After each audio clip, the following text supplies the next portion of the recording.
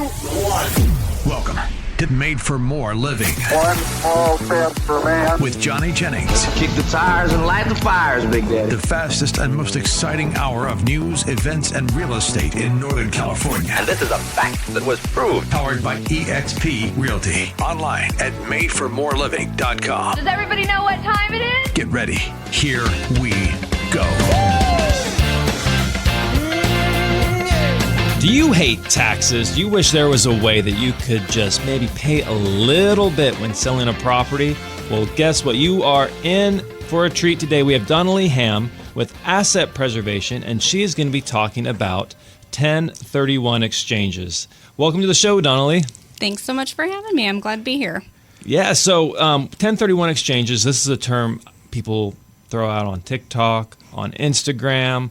People talk about it in real estate circles, but in the most basic, most simple term, it's not a scary term. It's a good term because you're saving on taxes. You're deferring taxes. Deferring. Yep.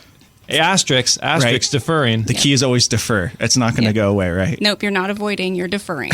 But it's a useful tool. So in the most basic sense, what is a 1031 exchange? 1031 exchange is a way to defer capital gain taxes on the sale of investment property if you exchange into a different or new type of investment property. Okay, so you sold the property, you want to exchange it for another property. So property A, you're exchanging it for property B, and you're able to defer the taxes on property A. You got it.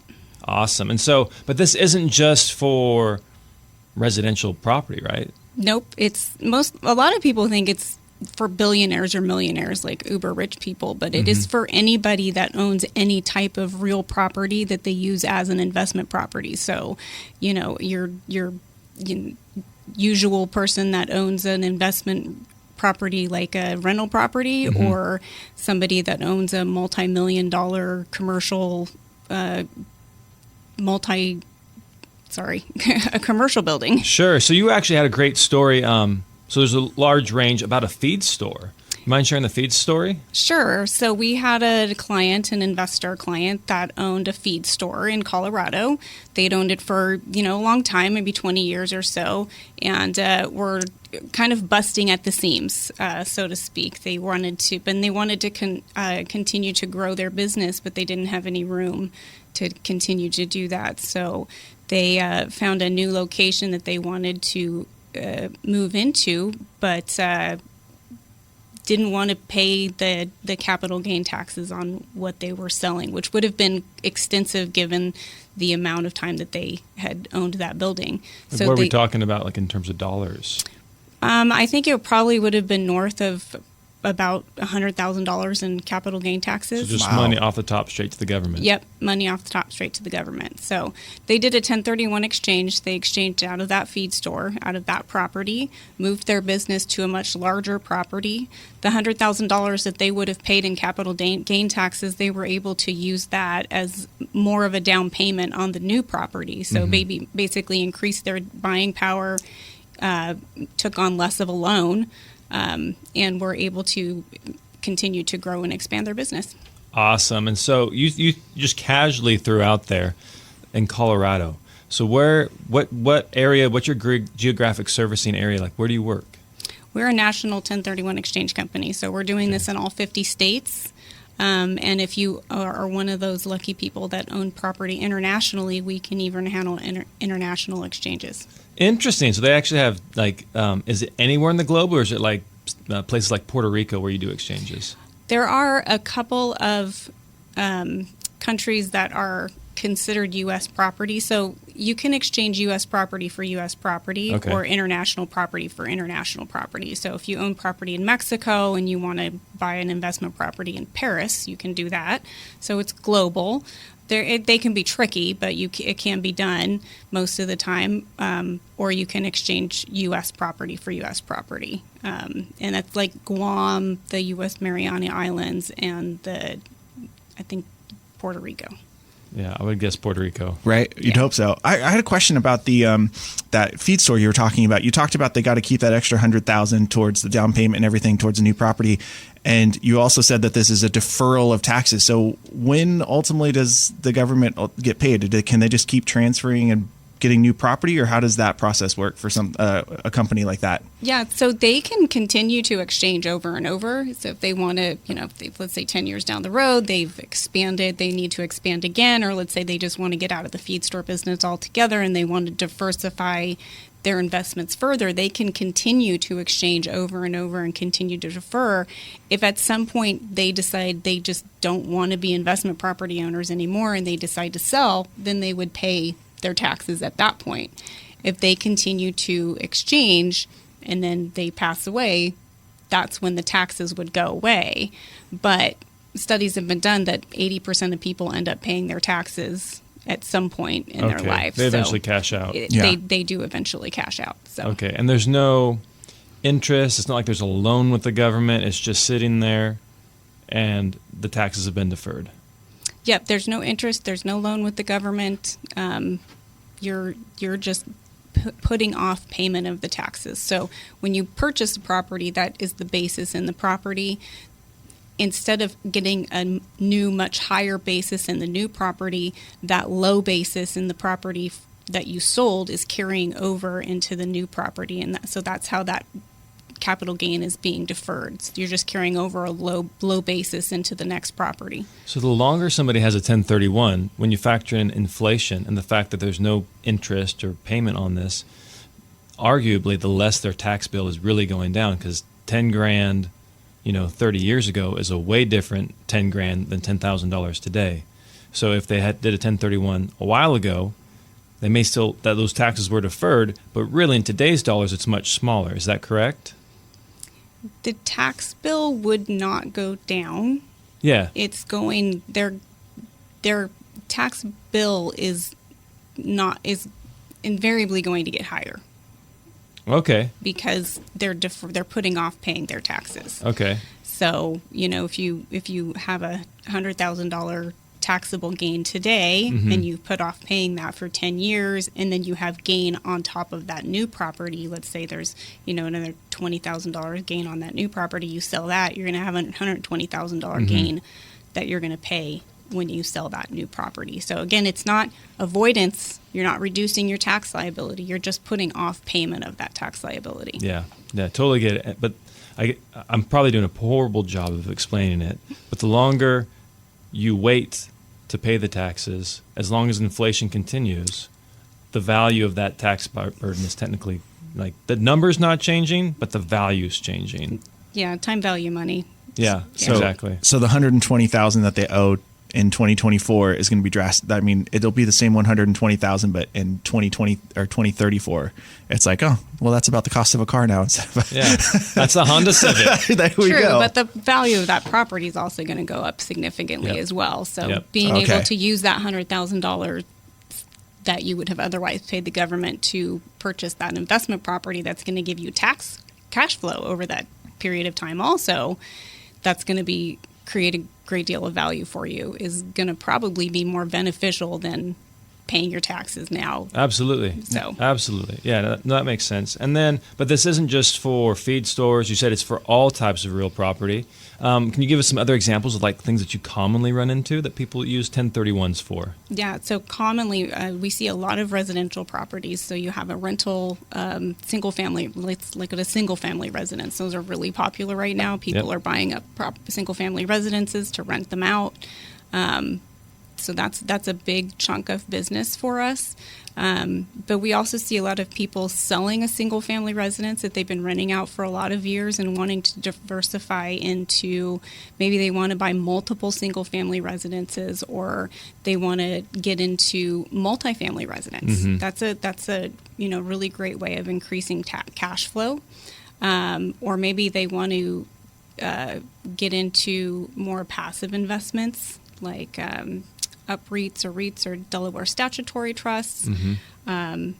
Maybe they want to. So you can roll into that. You can roll into a Delaware statutory trust. Yep, those qualify as real property. So. Now there are some requirements. I know we don't want to get too much into the weeds. We just want them to just call you so you can do all the heavy lifting for them. But there are some basic rules surrounding a 1031. Do you mind just hitting the bullet points?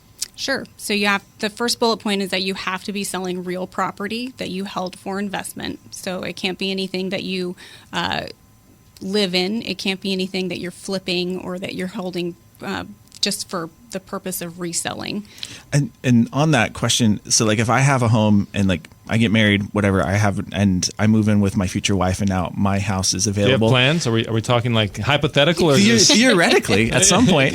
But so I move into her house, and now the house that I own is empty. What is there something that I have to do to turn that into an investment property, or is it just the fact that I'm renting it out to someone? Does that qualify as a rental or an investment property? Yeah, just rent it out. Okay. For like 1 month and it's considered an investment? Nah, I'd season it for a year or two. Okay. Yeah. Okay. Yeah. So rent it out for a year or two. Check, most people would say 2 years is a good amount of time to rent it out. You have to have the exchange open prior to selling or closing escrow on the sale. If you don't, then you have a taxable event. So, or is there like we're getting in the weeds here, but reverse 1031, isn't that a thing too? You can do a reverse, which is where you would need to purchase the property that you're going to buy before you can sell what you already own. Yeah. So those are more complicated exchanges, but very, very valuable tools if you find yourself in that situation. I knew a guy who, a client who bought a property for his daughter. And then he realized, oh my goodness, like I have a bit of a tax issue here, because he cashed out some money from other accounts to buy that property cash for his daughter. And so then he was trying to do the reverse 1031 on another property, and that's how I met him. And I'd never heard of the reverse 1031, but it seems like in instances like that, it could really save your bacon if you had a taxable event. You're like, wait, I don't want to pay all this in taxes. Let's undo this a little bit. Yeah, they're very valuable tools, especially in markets like today, where it's the buyer is just really struggling to get the property, that you have to be fast on your feet. You're struggling with multiple offers, and you may be in a position where you've got to buy well in advance of when you can sell, or your sale is gonna take longer to go than your buy. And that's a good point too, because then maybe we'll get into this in the next segment, but then you don't have to worry about the time constraints. You've already identified the property, you've bought it, and then you're saying just do a reverse. In today's market, that's what people are preferring to do? We're seeing an increase in the number of reverse exchanges. Okay. Yeah, you still have some time constraints, but you've 180 days to sell the property that you're selling. So that's tons of time. It's tons of time. Yeah. Awesome. Well, we'll be back right after this, and when we come back with Donalee Ham with asset preservation. By the way, how can they get a hold of you, Donalee? You can call us at 1-800-282-1031. We are always in the office ready to take anybody's questions. I like that number, 1031 for a 1031 exchange. That's perfect. 1-800-282-1031. 1031. Awesome. We'll be back in just a moment. So how would you like an offer on your home today? So how would you like an all-cash offer on your home today, no matter what kind of condition it's in? It's not too good to be true. Don't worry about the repairs. Reach out to Johnny Jennings and the Made for More Living team. You can trust him. There's a reason why they have so many 5-star Google reviews. So don't worry about the repairs, whether you don't have the money or the time. Johnny Jennings will help you out. He'll give you an all-cash offer, no matter what kind of condition your home is in. But you got to do it today. Reach out or just Google Johnny Jennings, Made for More Living. This is Made for More Living with Johnny Jennings, powered by eXp Realty. Online at madeformoreliving.com. We are back with Donalee Ham with asset preservation, and we are talking about the super exciting topic of 1031 exchanges. It may not be that exciting, but man, when it comes to saving money, that gets me excited. Well, it comes to not having to pay, or at least deferring taxes. I know. That is also something that's really exciting. I know. Donalee's always like, defer. Defer, yes. It does not wipe it out. I started to say not pay, and she looked at me. She's like, no, defer. It's always a defer. Well, you're not paying them right now. So it feels like you're not paying taxes. Pay them later. Exactly. You feel like you're paying. You're not paying them now. So it feels like you're not paying them.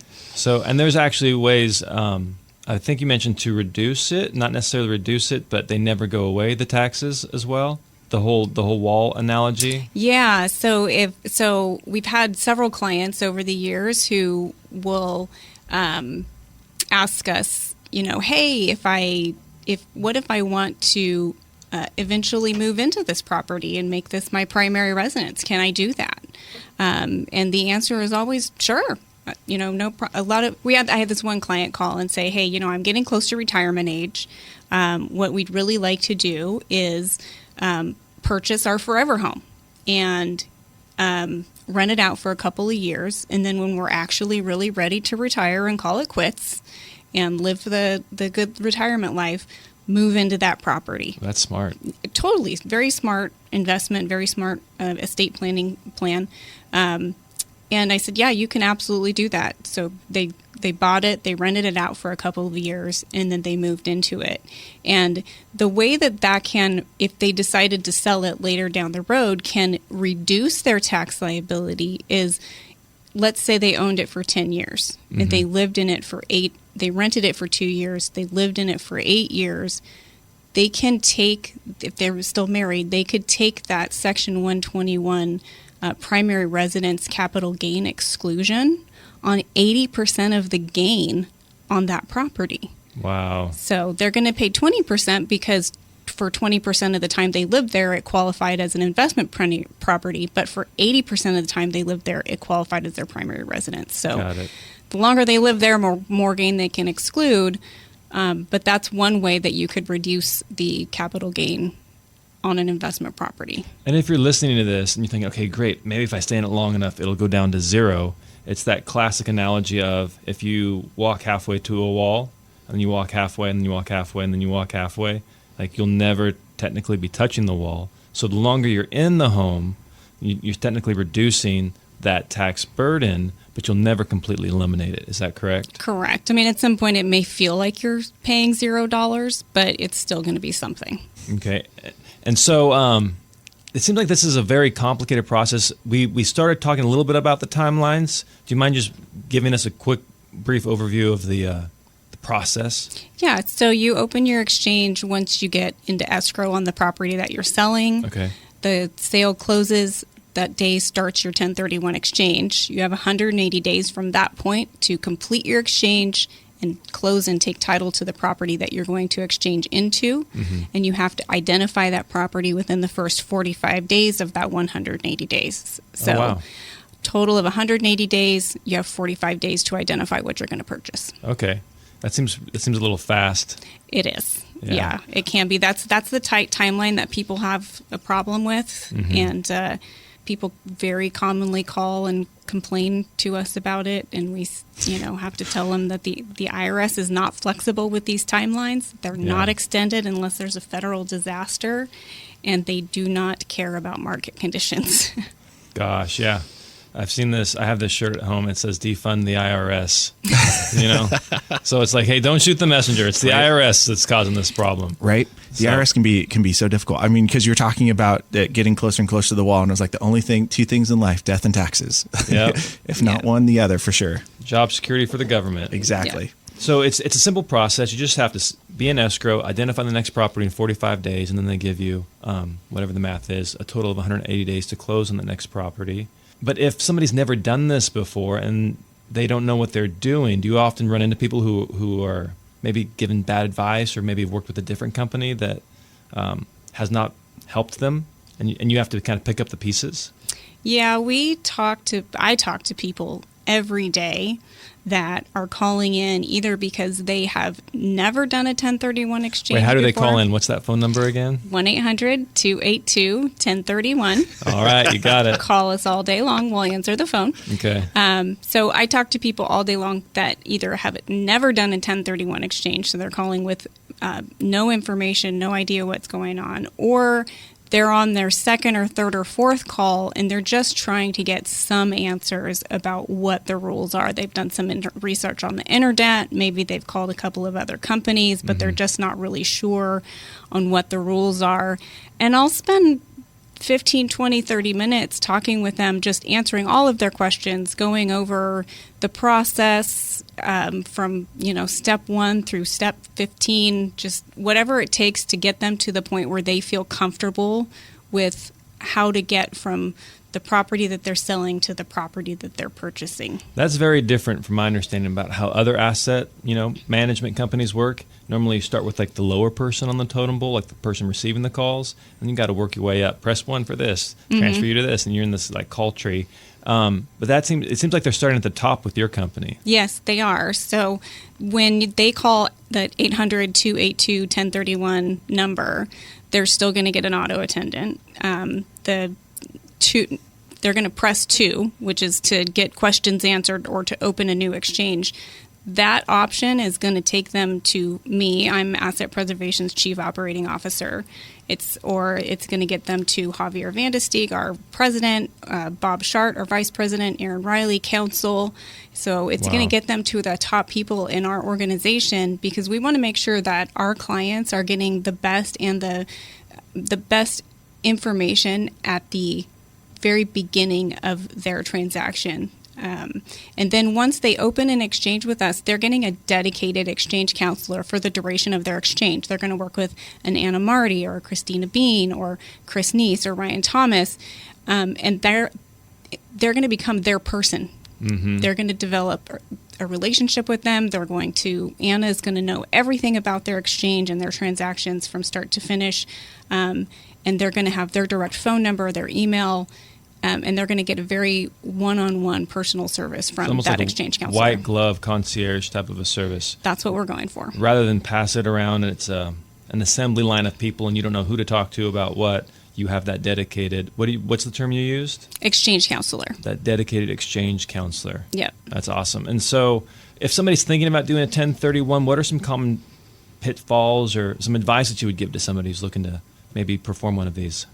Probably the first bit of advice that I would give is call early before you are thinking about selling your property. You want to make sure that you know the rules before you start going into it, so that you don't inadvertently make a mistake like close on your property before you get your exchange open. That's a big one.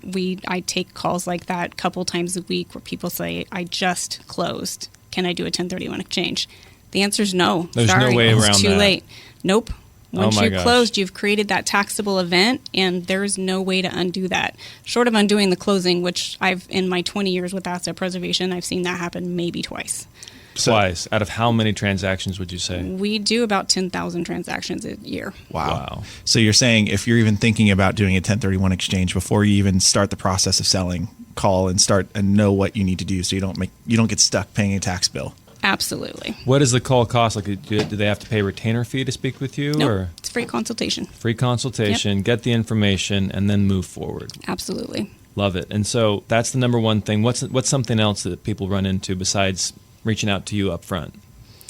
I think probably the second thing that people are running into, especially now, is it's hard to find replacement properties. So, one thing we're telling people is they think they have to wait to start looking until after their exchange starts. They don't. They can start looking before they list their property, as soon as their property goes into contract at some point. To do the simple delayed exchange where you sell first, buy second, you can go into contract at any point on both properties. You just want to make sure that the sale of the closing of the sale happens first, and then the closing of the purchase happens second.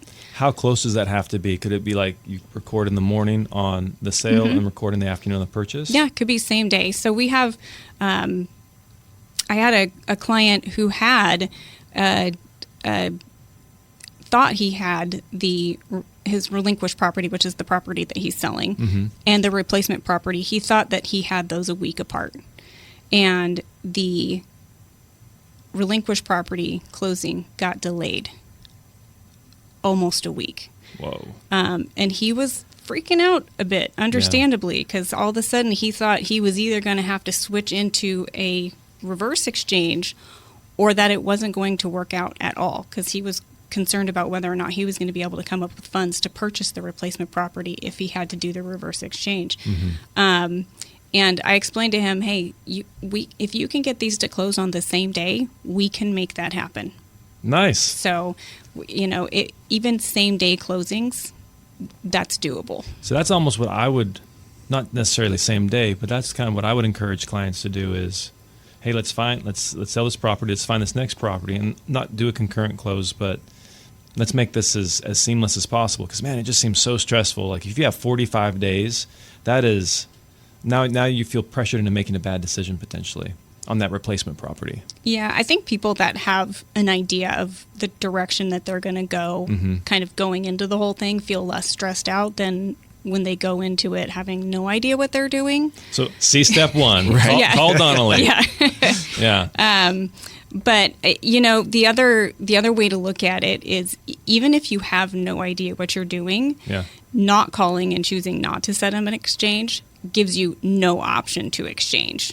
So, our fee is $1,250, and if you have no idea what you're doing before you sell your relinquished property, you pay $1,250 to give yourself the option to exchange. But if you don't set up the exchange, let's say on day 30 you find the perfect property, you go into contract immediately on it, but you didn't set up your exchange before you sold your property. So now you have no option to exchange. You can't do it.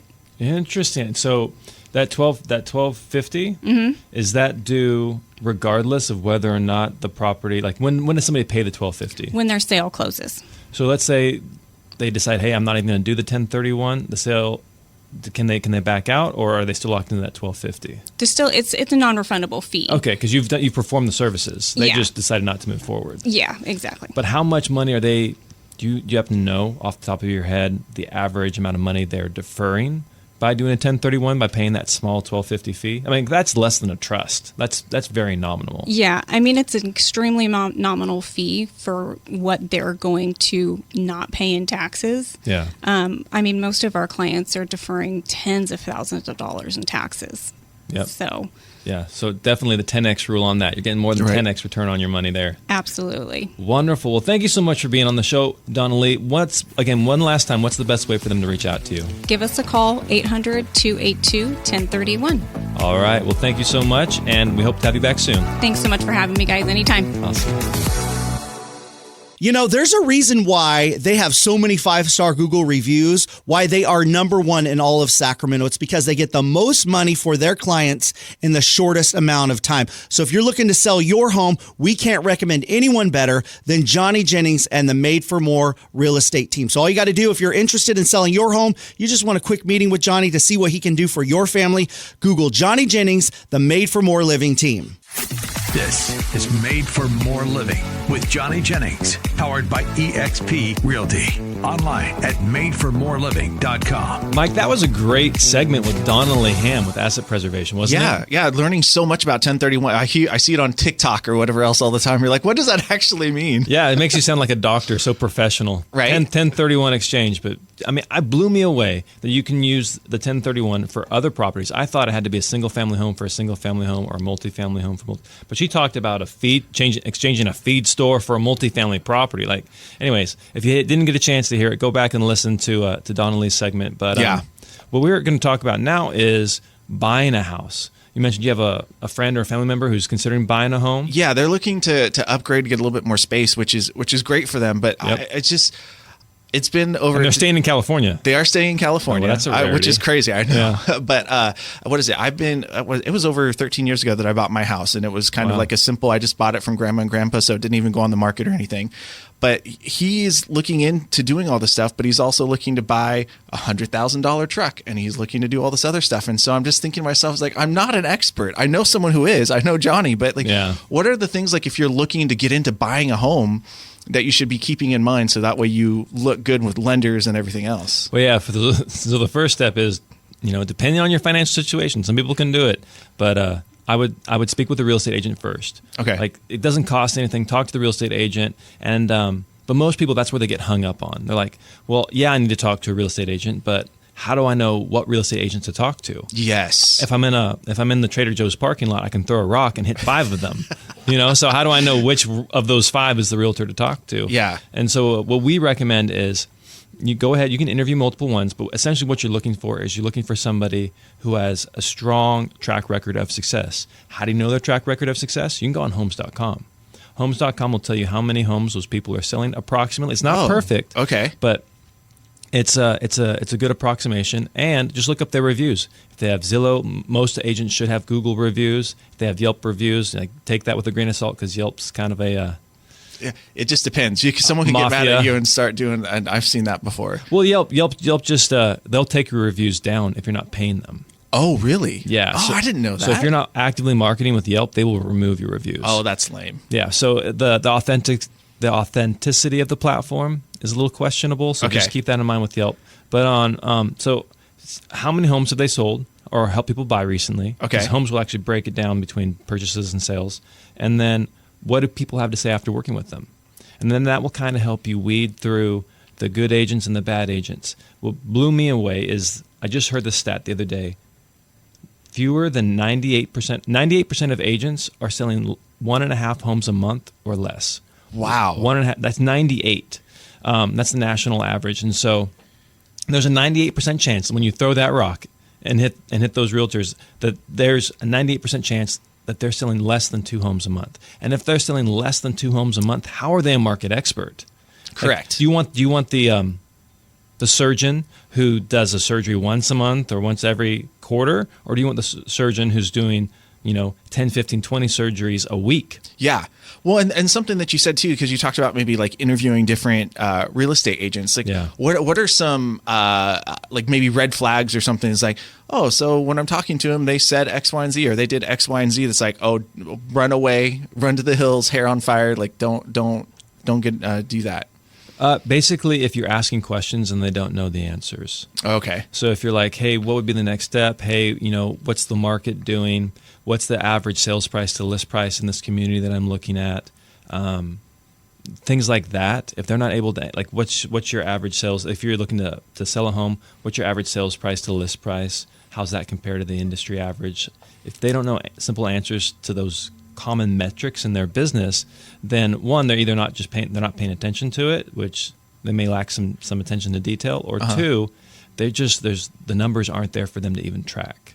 Oh, okay. Yeah. So if you're looking for a good real estate agent, you can always and you don't live local in the area, because obviously I'm going to point everybody to the Made for More team. Yeah, absolutely. But if you're moving out of state, we know great agents in every county. We network with these groups, and so we're picking the top 1% of agents to network with. And so if you're looking to move out of state, we can always interview the agent on your behalf or give you a referral to someone that we know is good. Because, good doctors know other good doctors. Yeah. Good mechanics know good mechanics. So that makes sense, because I was just recently visiting some friends in Nashville, and in their neighborhood there was a home that had an open house, and my friend Lauren was like, I have to go see it, but the realtor lives in my neighborhood and she knows that I'm not interested in buying. So they took me, and it's like, this is our friend Mike from California, a token Californian. Exactly, insinuating I'm about to buy a house, and like she was just like, oh yeah, and telling me about stuff, and then she said, oh, I know some great places. My daughter just bought a house in this neighborhood. And I was like, oh, well, who is the builder, and what were this? Oh, I know this, and I'll have to look. So those kinds of things are like, because even in that moment, I was like, you know what? Even if I was moving to Tennessee, which I'm not, I was like, I don't think that I'd want to trust you, because you obviously don't seem to know anything about the neighborhood or what's going on. You're just use me, and that. So those kinds of things seem to be what you could look out for then. Absolutely, right? Yeah. If you're asking questions, like how you were asking questions, she seemed unsure. Then that's a red flag. Sometimes people are nervous, depending or at an open house type of a setting, depending on how busy the open house is. Mm-hmm. She may be trying to make sure the silverware is not walking away while talking to you, and she might be a little distracted. But yeah, definitely if they don't come out the gate with certainty and a track record of success, and just really have the experience to convey, hey, this is how I help my clients win. Mm-hmm. Because a lot of people, even in today's market, they're running into multiple offer situations. And so how can you win in that scenario and not overpay for the home? Because a lot of inexperienced agents will just have you throw more money at it, make the offer a higher purchase price. But a seasoned agent will be like, There's things that they'll do. So they'll know to contact the listing agent. They'll know to ask the listing agent what's important to the seller. They'll know how to massage the terms. They'll know to maybe offer a rent back that might be invaluable to the seller in their search situation. And so now you came in at a lower overall purchase price, but you're offering them a rent back for 30, 60 days. And that has more value. It may not have more dollar value, but it has more value to that seller. And so just knowing how to navigate those situations and what questions to ask, the agent is where your buyer's agent, the listing agent is where your buyer's agent who's representing you purchasing that home really shines. Okay. So as far as the situation that you talked about with the truck and the home and the order of that, my recommendation, just without knowing anything, my first recommendation, talk to a realtor. That realtor will then know a fantastic lender. They'll put them in contact with the lender, and the lender can look at their financial history and the situation and give them a suggestion moving forward. You say $100,000 truck, that's pretty much not like a run-of-the-mill truck, but it doesn't sound like it's a custom, 1972 thing that's only a rare, never going to pop up again.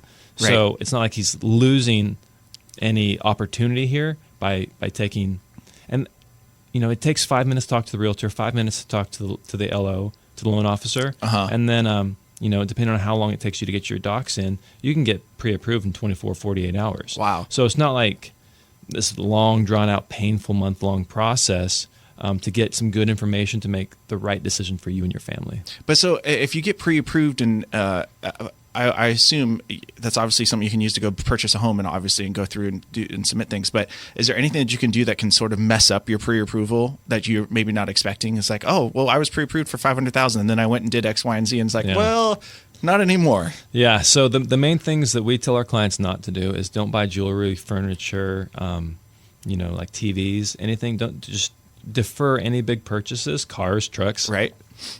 Just defer any big purchases. And because you don't want to mess up what's called your DTI, your debt to income ratio. Okay. So if you financed a new furniture set from Ashley, then all of a sudden you now have that monthly payment coming out.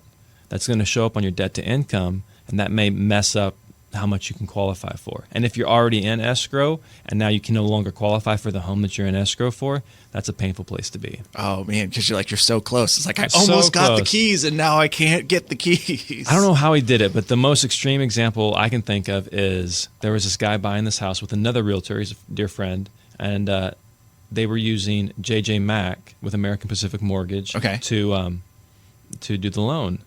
And one of the last steps the lender does is they verify employer. It's the employment verification. Oh, okay. And this dude had quit his job. No. Like the day or day before, everything was supposed to close. I got a new house. I don't need this job. Yeah.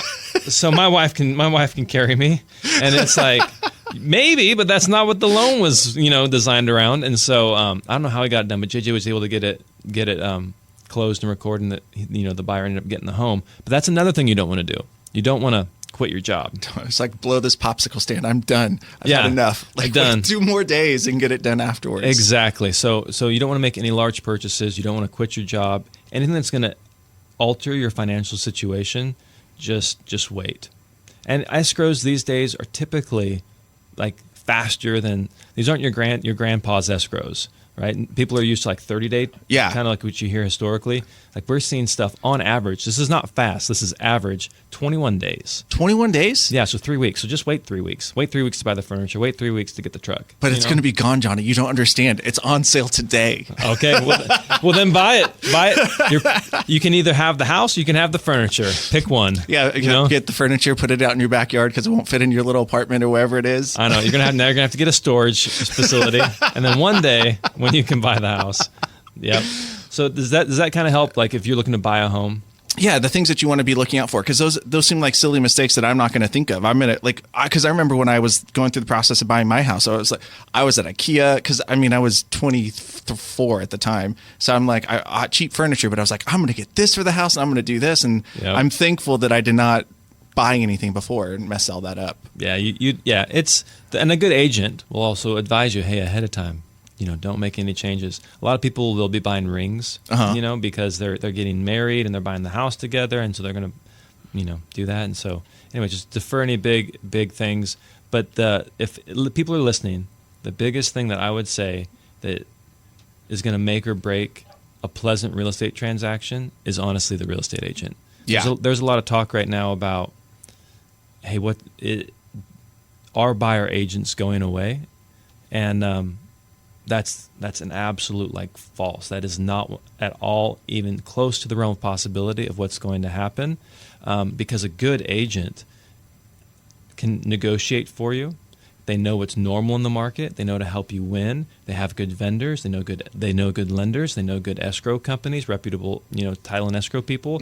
Like there's just so much value that an agent brings to the process that as long as you have a good agent and you trust that agent, because you may have the best agent in the world, but if you don't listen to them, then what good are they? It's like having a physical trainer. Yeah, right. I know I need to work out, but Yeah. So well, it makes sense too, because like you said, it's the contacts too, because it seems like real estate. I mean, I'm an outsider, but it seems like real estate is a network who kind of thing. It's like, oh, this issue, I know this person that can help you, because you even helped me with some insurance stuff with my house.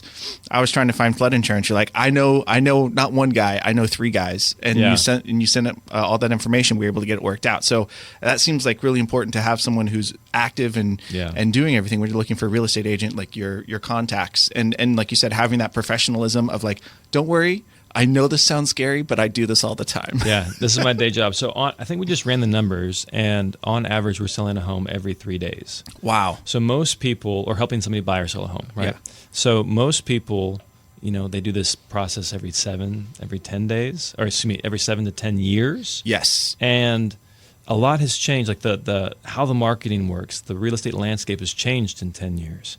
And so maybe what you were even accustomed, like there's about, I'm not going to venture to guess, but there's dozens of pages of forms that are being updated right now. And so for a real estate agent, we're going to now have to retrain and relearn these new forms, or these forms that are being updated. And so and the last time there was an update was a couple of years ago, and then a couple of years before that. And so if you haven't done this in 10 years, like the process has changed, the forms have changed, your contacts have changed, your expectations are maybe a little out of alignment with what's happening in today's market. And so just, if somebody's selling a house, like again, I'll go back to, do you want the 98% who's selling a home every 1.5 months, 2 months? Right.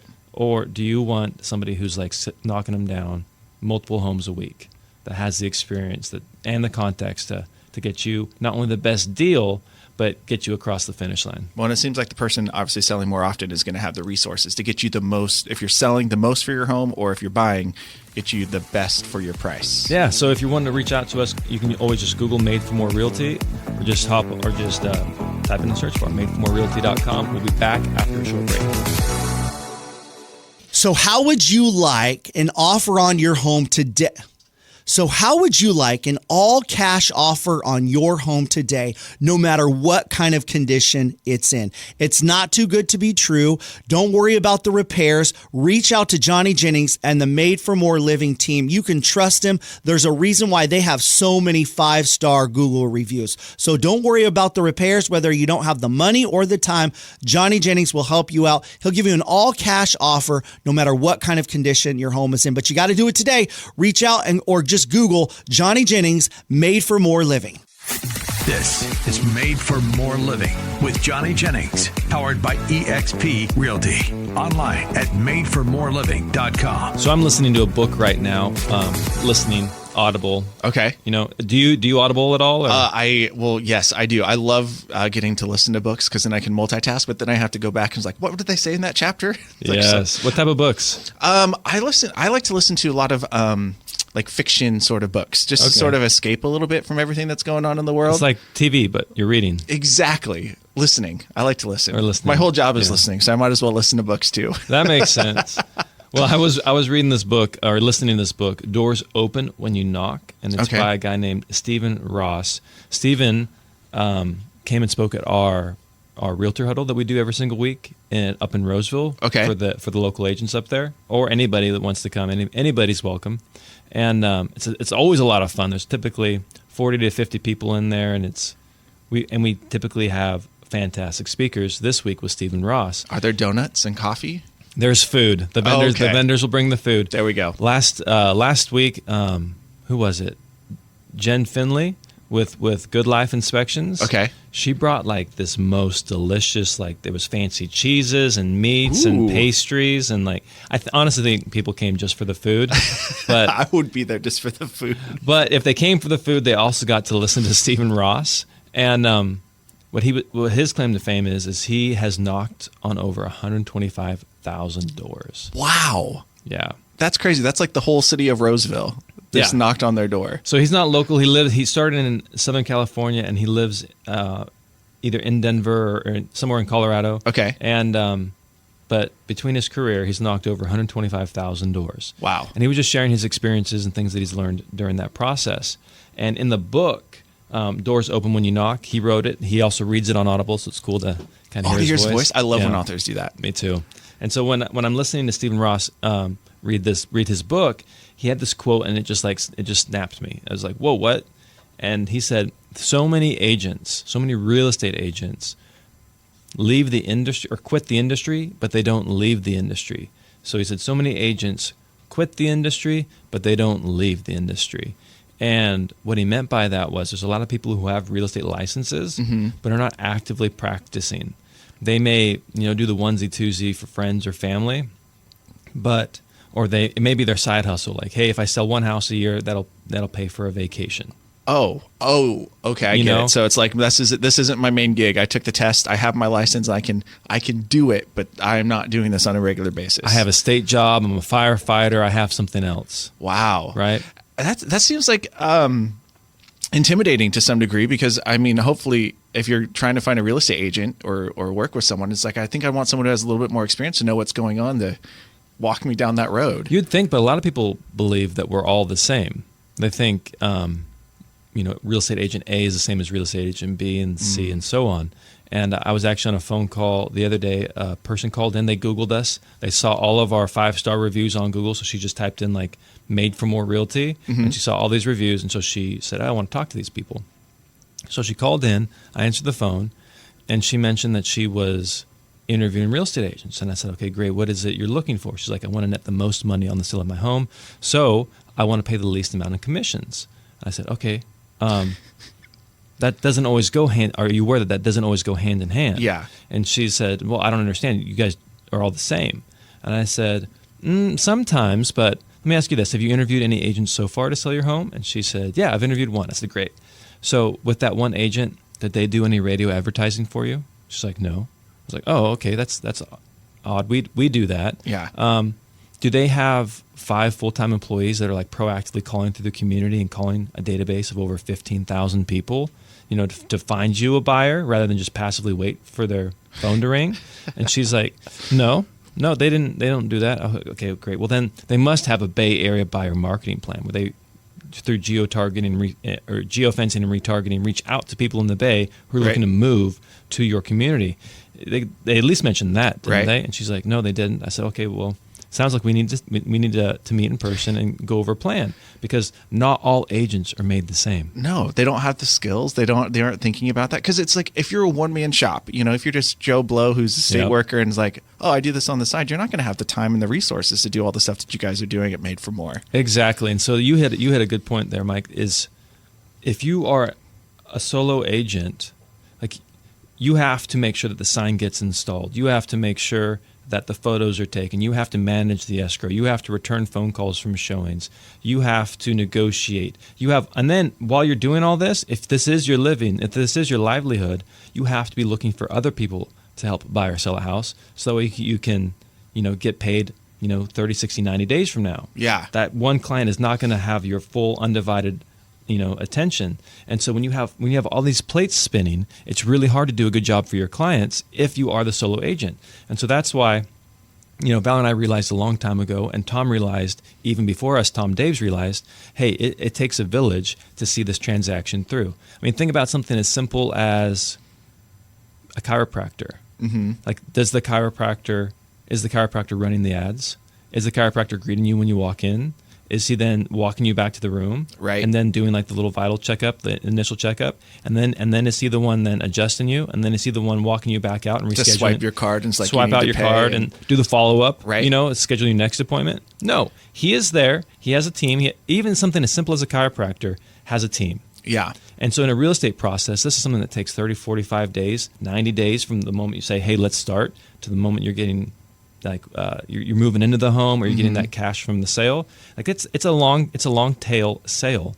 And so there's hundreds and hundreds of pages that need to be filled out. There's all these different possible breaking points. And so if you're relying on that solo agent to walk you through all of that, that is a lot on one agent. And I tell you, even if they're great at their job, even if they have a transaction coordinator, their attention is split because we're just talking about work. Right. We're not talking about their goals in life, like what are their health goals? What are their wealth goals? What are their family goals? Like, are they spending time with their kids? And so, or their spouses, or do they not have a spouse, but they're on the hunt for a spouse? Right. That takes time. I got to go out and date if I'm... Yeah. Date the rate. Right. And so, anyways, all that to say, it is really important to have a team and have people that are around you as a client, and so you want that agent to have that team built in for you. Well, and like you were saying, there's a bunch of documents and papers and all that stuff that's being updated and changed. And if you're a one-stop shop kind of person all by yourself, it's like, are you going to be able to keep up on all of those changes all the time that are happening? Because I mean, that's a lot to keep up on if you don't have anyone to help support you. Yep, it's a lot. But the good news is, at Made for More, we have the team. Yep, we have over 15 staff members and 30 agents to help you. So. From all different backgrounds, they speak a ton of different languages, so we probably have something that can help you. Just go to madeformorerealty.com to learn more, and I'll leave. We'll end the show on this note. 48% of agents, the agent population, because we talked about agents who have quit but not left the industry, still have their license. Yeah, 48% of agents did not sell a home in 2023. Almost half. Almost 1 in 2 agents did not sell a single home in 2023.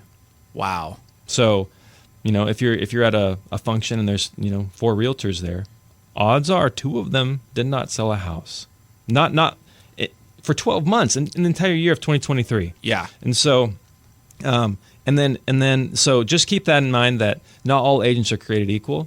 So just do your research, do your diligence, interview them, and make sure that if you are beginning this process, that you're going with somebody you can trust. Because if you don't trust them, then you're in for a world of hurt. Right, especially on one of the biggest investment of your life, like Correct. Hundreds of thousands of dollars. You need to make sure you trust the guys. Yep. So anyways, we'll leave on that note. But if you'd like to learn more about working with the Made for More team and why we are the most Google reviewed team in the Sacramento region, just hop on madeformorerealty.com or Google madeformorerealty.com. Thanks, Mac.